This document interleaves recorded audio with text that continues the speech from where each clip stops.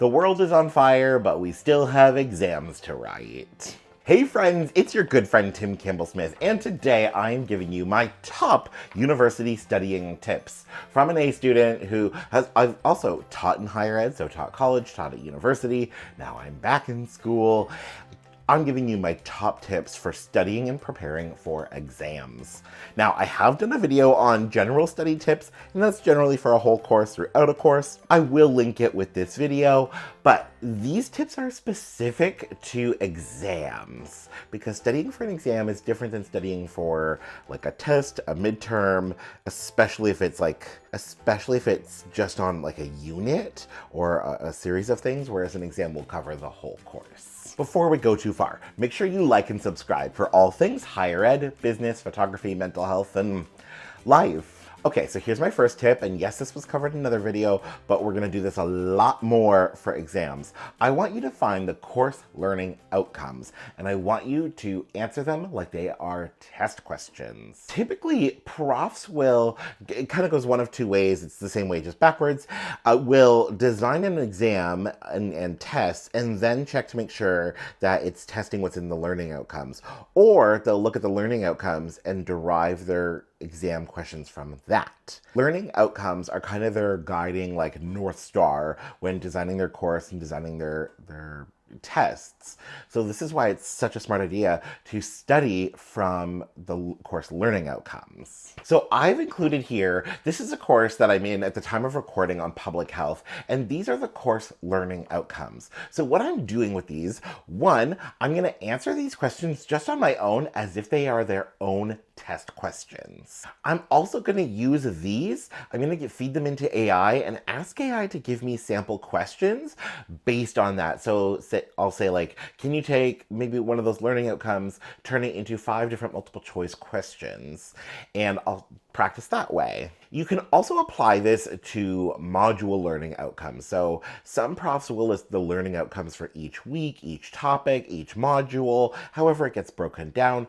Use those as study questions as well. Next, I want you to go to office hours with your prof, with your instructor, with your TA. Go meet with your instructor. Meeting with your instructor, they can help point out weak spots, they can help manage expectations. Sometimes they'll even give you goodies and they'll tell you like what's not on the exam, what not to stress about, or what is on the exam. They might even give you like a freebie question. I've always just kind of thought that going to the person and getting support from the person who wrote your exam is kind of a smart idea. Next, I want you to adjust how you take notes and how you do your study notes. I use a 3-tiered system, and it goes like this. 1, prove the high-level concept, then discuss your proof for that high-level concept, and then finally include evidence. Please note that if you're in the natural sciences, you might need a little more evidence for this. I find in the social sciences, we don't need as much evidence, but we need varied evidence. So let me give you an example of how I would do this. I'm going to use my public health course again, mainly because I love the course a lot. One of my learning outcomes is about demonstrating an understanding of the connection between what we call social determinants of health and the role of public health. So what I'll do is I'll define social determinants of health, and I'll name, there's like something like 15 or so I'll name maybe like 5 as examples. So that's kind of proof 1. In this case, I'm going to go proof how it supports the high-level concept evidence. So naming those social determinants of health will be proof 1. Then the role of public health, I'll define that. That'll be proof 2. I'll then write about the connection between the two. So that's my high-level concept. And then I will give an example of social determinants of health in action and public health in action. And that will be my evidence. So make sure your notes somehow, some way have commentary on the high-level concepts that they want you to know in the course, what the proof is of that, and then specific pieces of evidence. Next, and this is probably one of my favorite tips, talk it out. This is one of my favorite study tips. Talk it out. When you talk it out, you can find your fault lines, you can find your weaknesses, you can find what you don't understand. And it's kind of self-reinforcing because you're hearing it spoken, and then it's going to register that way. Next, get creative with your learning, with how you learn. And this could like truly be as open-minded as possible. So like reading the textbook on the treadmill, listening to a lecture recording while you're driving in the car, acting out your notes, whatever. Make it fun, make it creative. Next, I want you to spread out studying for your exams over as many days as possible, up until the day before your exam. More on that later. For example, the way my class schedule works, I have my last public health class. I have 9 days between my last class and my exam.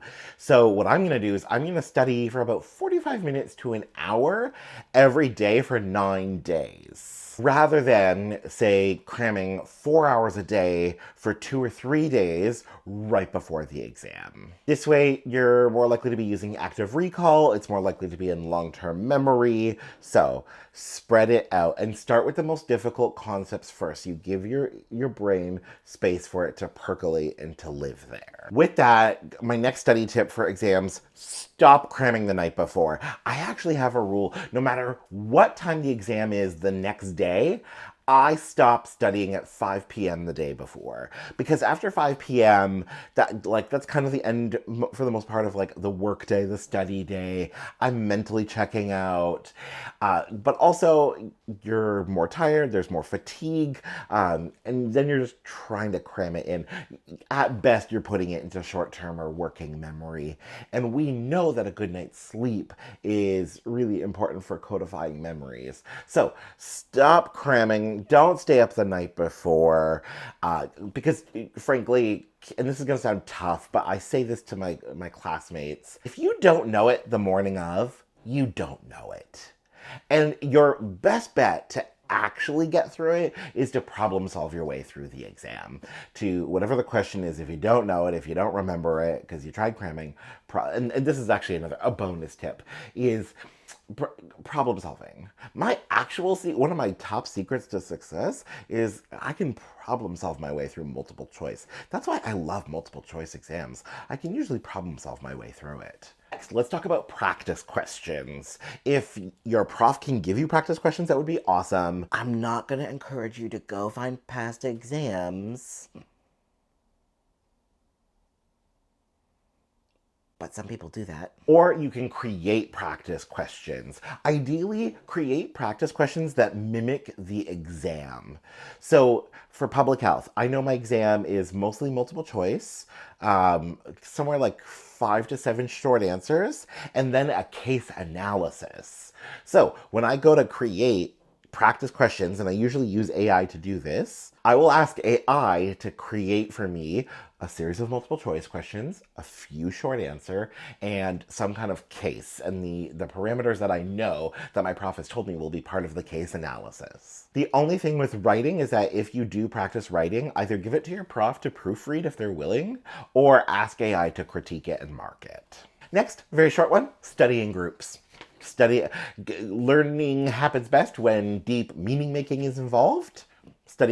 Making it social and making it more enjoyable that way usually helps. Speaking of which, next tip, I do find it funny when people talk about like their notes being in an aesthetic story, because there's actually kind of a good reason to it.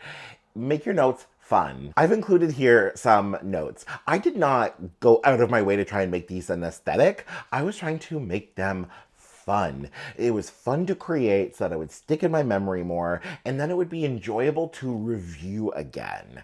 So make your notes creative so that it's an enjoyable process to create them and it's an enjoyable process to review them, making it more likely to stick in your brain. Okay, home stretch. This is going to be more painful of a tip, but hear me out. Adjust your expectations of your exam. A lot of stress. I might actually be so bold to say most exam stress comes from our expectations of it. Adjust your expectations. Give yourself time to adjust your expectations. Ask yourself why you have those expectations and if there are other ways of achieving the things that this expectation is giving you. For example, right now, my biggest stress around exams is getting such high marks so that I can get scholarships. I have to land a certain average.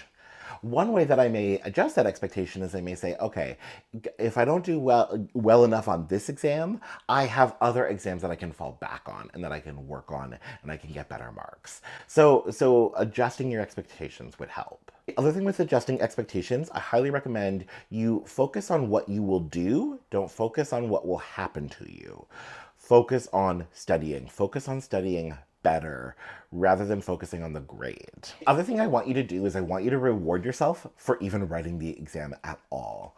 Being in a situation where you are tested on your knowledge, especially from a working professional who came back to school, this is not a normal interaction. This is not a common interaction. It is terrifying, it is unusual, it is high stakes. And the fact that students, we go through how many exams do we write per semester and how many semesters do we have of school, this isn't a normal interaction.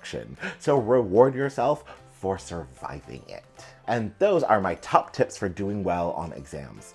Comment and let me know what your top methods are, your top secrets for writing exams, because there's lots of different best practices and habits that work for people. As always, make sure you like and subscribe for all things higher ed, business, mental health, and photography and life.